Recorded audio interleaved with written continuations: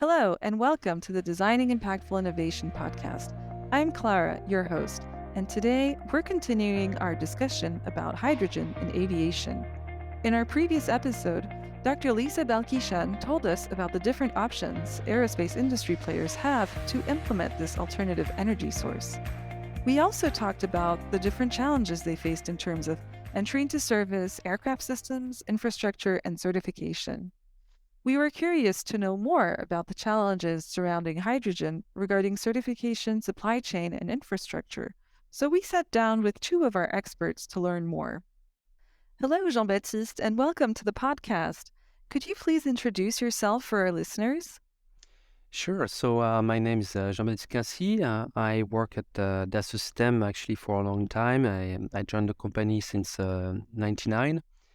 I've worked 10 years developing simulation capabilities and then 10 years working with our customers. And now, since 3 years, I'm part of the industry Aerospace and Defense portal, and I'm responsible of one of our industry solution experience, which is called Cleared to Operate, and which is providing a lot of simulation-centric processes and capabilities related to quality, safety assessment, and certification. All right, thank you, and thank you for joining us today. So, certification standards for hydrogen-powered aircrafts and systems are quickly evolving. Could you please tell us a bit more about the challenges of the certification process for hydrogen aircrafts and propulsion systems? Sure. So where to start? I think the first thing is to understand the detailed physics that takes place during the nominal operation of the product. So whether it's aircraft itself or the propulsion system or any of the equipment. So that's traditionally this nominal operation where the product should be most efficient at performing its duty. And nevertheless, some parts of the operating conditions of the operating domain are, however, a bit more challenging than others.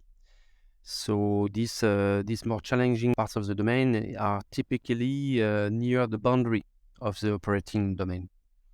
For example, during takeoff and landing, the external flow around the aircraft is much more complex than during cruise or ascent. So for airworthiness certification, one needs also to study how the product and its system will behave in degraded conditions. So these degraded conditions can either come from the environment. An example is icing accretion on the wings. So this will affect the external flow around the wing, and it will decrease the lift. And in some, if the aircraft is too susceptible to this, it can lead the aircraft to not be able to fly anymore. So other cases where these degraded conditions can be triggered when a failure mode is occurring. So if this failure mode is not extremely unlikely, then you have to demonstrate how your product will continue to operate safely, at least long enough until you can bring everybody in a safe place. So, how can manufacturers design safer products that will tolerate these degraded conditions? So to predict the behavior of the product being designed, we can simulate the different physical phenomena involved, such as external flows, stress, fatigue, thermal effects, electromagnetic effects, and so on. And actually, Dassault Systèmes proposes a comprehensive set of high-fidelity simulation technologies that can be used from aircraft level down to material level even, whose robustness and diversity really enables to cover the whole envelope of operations. So the brands from that system that deliver these physics-based simulation capabilities are Simulia, CATIA, and BioVia. And these capabilities are provided either natively on the 3D Experience platform. For example, you have a structure simulation, so with Abacus simulation technology, which is natively integrated, available as an app.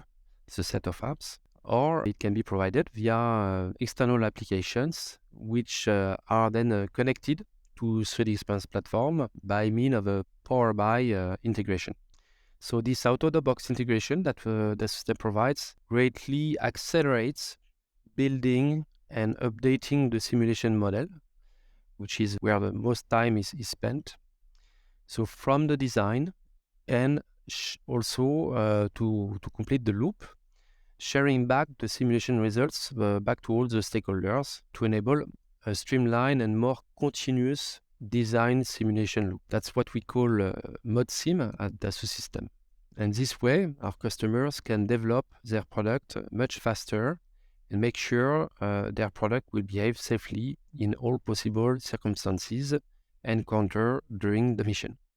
You mentioned the challenges of simulating every operational condition that occurs during the lifetime of a product.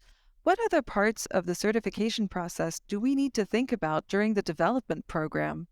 At a higher level, at a governance level, in order to drive the technological risk down to an acceptable level throughout the development program, a test incremental strategy is defined early on. And this test strategy will be composed of a set of test campaigns covering product requirements in a comprehensive manner. Of course, focusing on the new technologies that have not been embarked already in similar products. And physical test campaigns require a large amount of time and money, and often sit on the program critical path. So it's really important to take care of this aspect because they have an impact at program level.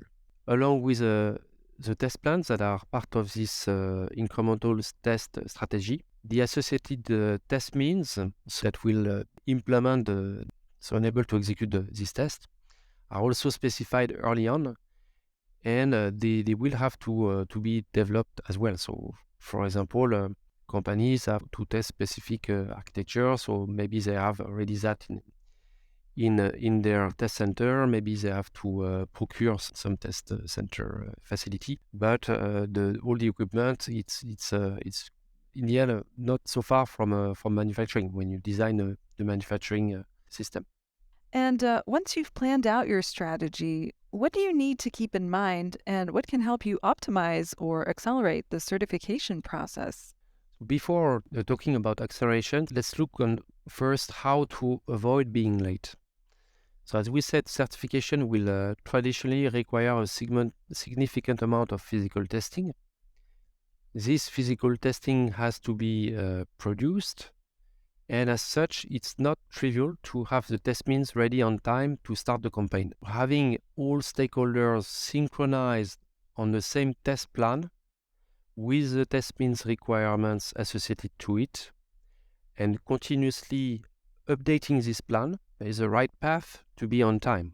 Because if you use disconnected tools, people are not aware of the changes, then when the D-Day comes, and they were not aware of the changes, and so you cannot perform the test. You lose some days, sometimes more. For example, in the context of large-scale testing, such as Iron Bird, the suppliers which participate to the program development are meant to deliver their equipment and subsystems, and often there are late-state changes, especially on the software control area.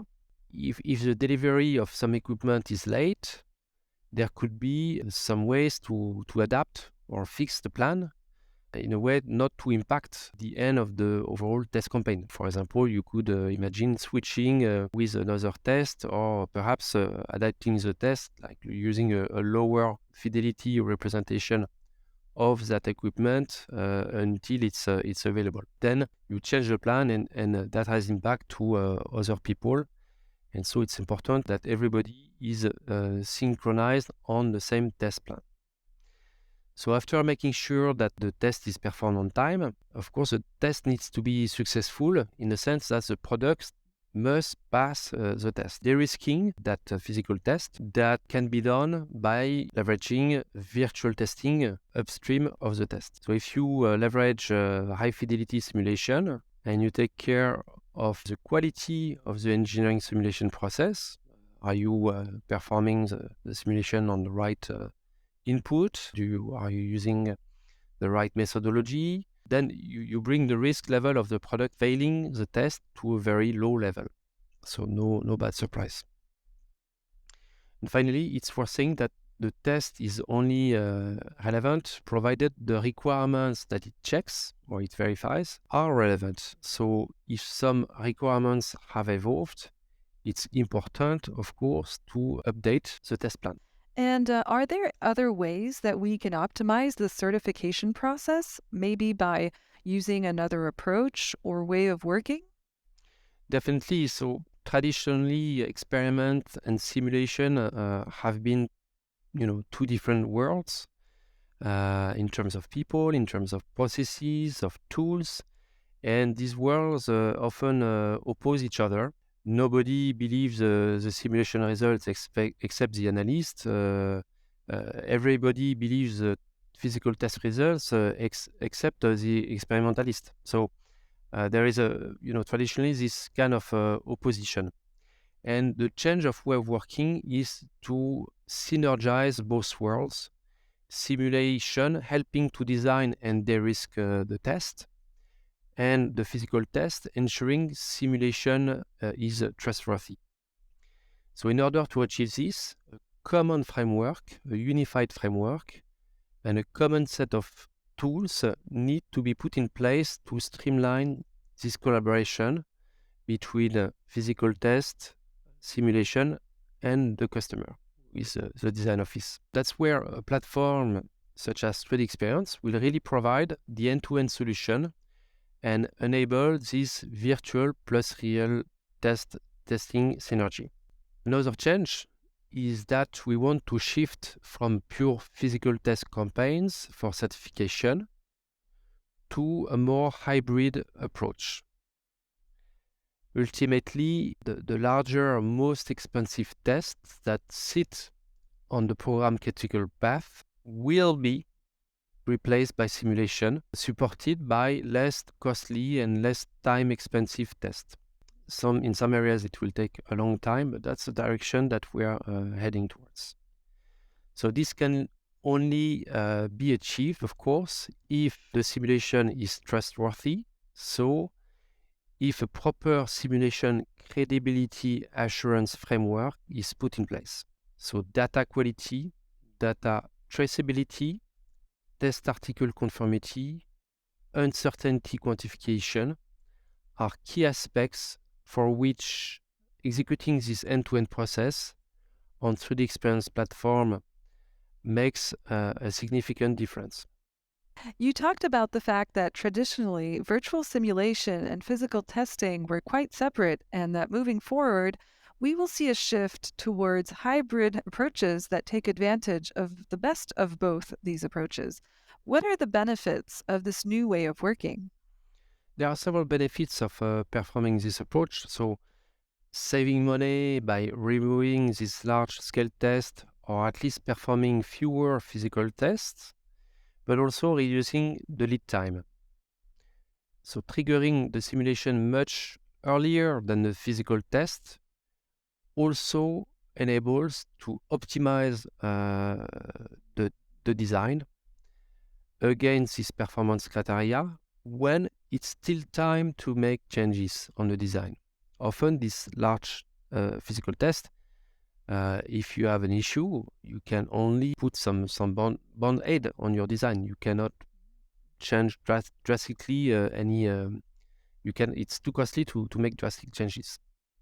Left shifting the test is definitely the benefit to take into account this performance criteria much earlier and securing the performance of the product. Another aspect is that a platform which provides end-to-end traceability of the test and means to retrieve test data based on several criteria will enable, in some cases, to reuse previous testing and avoiding going through another test.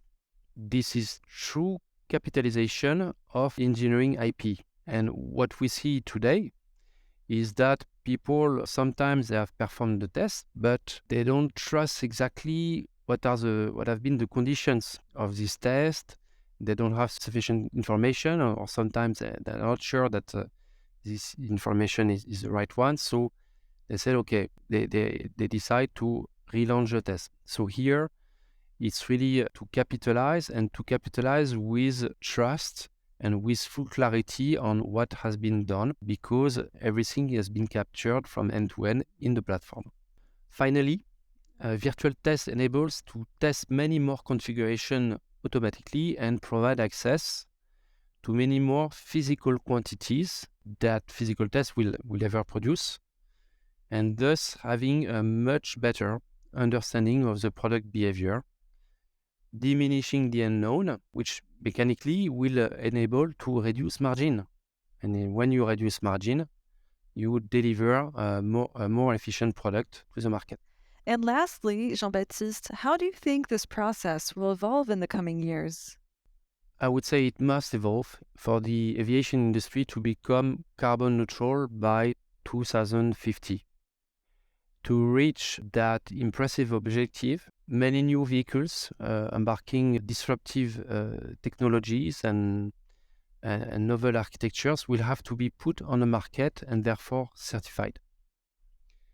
So this is going to put a lot of stress on the certification system, which could become a bottleneck if it's not being prepared. So one of the enablers we are studying in Europe with some partners is to put in place digital and model-based certification framework at the level of the ecosystem. This will be the only way to make the certification process more agile and reduce the overall lead time. Well, this was really interesting, Jean-Baptiste. Thank you so much for your insights. Thank you, Clara. Jean-Baptiste talked to us about the certification process for hydrogen-powered aircrafts, as well as the tools and approaches that can help accelerate it. So let's say our hydrogen-powered aircraft is certified and ready to fly. What next? It'll have to refuel at an airport, but hydrogen fuel has its own challenges, and that requires specific airport infrastructure. We asked Isaac Benzaquen, our Aerospace and Defense Airports Industry Solution Experience Director, to tell us more about hydrogen infrastructure and its challenges. Well, hello, Isaac, and welcome to the podcast. Could you please introduce yourself for our listeners? Yes, my name is Isaac Benzaquen. I'm part of the Aerospace and Defense Industry Solution in charge of airport and hydrogen. All right. In our previous episode, we quickly talked about the impact that the transition to hydrogen systems will have on airport infrastructures. Could you please tell us more about the challenges airports will be facing to accommodate these new systems? Yes, a shift to hydrogen will require airports to reinvent their existing infrastructure and logistics system. As presented in episode 1, aircraft will need to operate on liquid hydrogen if we want to increase the flight range.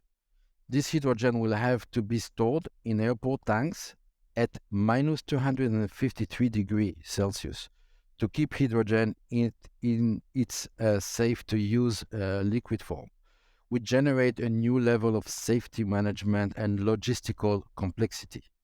This hydrogen is highly explosive and at ambient temperature. As such, storage tank must stay outside of the airfield to reduce the chance of chain reaction explosion. Following this, a significant increase in overall storage space must be expected. Meanwhile, the type of infrastructure that airport will require to accommodate liquid hydrogen will depend on how the airport choose to source the fuel. Therefore, a strong collaboration is required among energy supplier, OEM, airports, and airlines to tackle these challenges successfully. Building a global ecosystem with all value chain players is likely the key to achieve a truly competitive and sustainable hydrogen fuel industry. So, security and supply chain are the two main factors that need to be addressed for the use of hydrogen fuel in airports. What options exist to supply airports in hydrogen fuel? So, three possible scenarios. The first one is, and the lowest impact scenario, it will involve transporting liquid hydrogen to airport by trucks. This scenario will require little extra infrastructure beside on-site storage tanks. Transporting the hydrogen by truck will lead to hundreds of vehicles a day needed to deliver the hydrogen, which just is not feasible, as hydrogen requires 4 times more volume than conventional jet fuel to supply the same quantity, which means 4 times the truck traffic on top of already congested internal roadway of an airport. So, maybe not the best long-term scenario then. What about the other alternatives? Yes, the second scenario would involve building a pipeline to transfer gaseous hydrogen to airport that will then be liquefied on site. This scenario will require the development of a gas pipeline and an on-site liquefaction plant. The liquefaction plant will require a reasonably large section of the airport real estate. It is a complex process since you are taking something that is in room temperature and you have to take it all the way down to minus 253 degrees Celsius. It requires quite a lot of energy to do that. While this would mean a serious investment for an airport, for large airports requiring very large volume of liquid hydrogen, it would make sense. In fact, on-site liquefaction or electrolyzing of hydrogen would probably be the only effective method for large airports. The third scenario is about producing hydrogen at the airport. It could provide a new stream of revenue for the airport. This option must consider large space availability as key requirement, using electrolyzers to produce the hydrogen.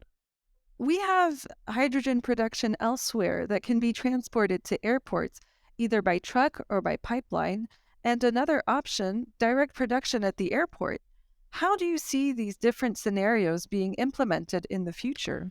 Oh, this scenario can be used by airport to provide a route to scaling up hydrogen availability over time. For example, a large airport may start by implementing scenario 1 for fueling aircraft, while the required infrastructure for the implementing of scenario 2 or 3 is being built. And are there any tools that can help aerospace companies make the shift to hydrogen? Yes, the 3D Experience platform provides an end-to-end solution for airports to better strategize and plan their transition. It helps airports to modelize their as-is and analyze different to-be scenarios to help estimate the effort and cost of their transition, such as define and optimize best airport configuration while ensuring safety and regulation, define hydrogen storage while taking in account the current demand needs, define new airport operation model while optimizing aircraft planning and respecting standard and regulation, provide a collaborative platform while improving collaboration and decision-making, define and optimize hydrogen supply chain while enabling full visibility of your upstream supply chain, and finally, continuous monitoring hydrogen business environment. Well, that was really interesting. Thank you, Isaac. Thank you and welcome. Thank you for listening to Designing Impactful Innovation. To find out more, go to 3ds.com/cloud. Don't forget to subscribe for more insights and stories from our guest experts.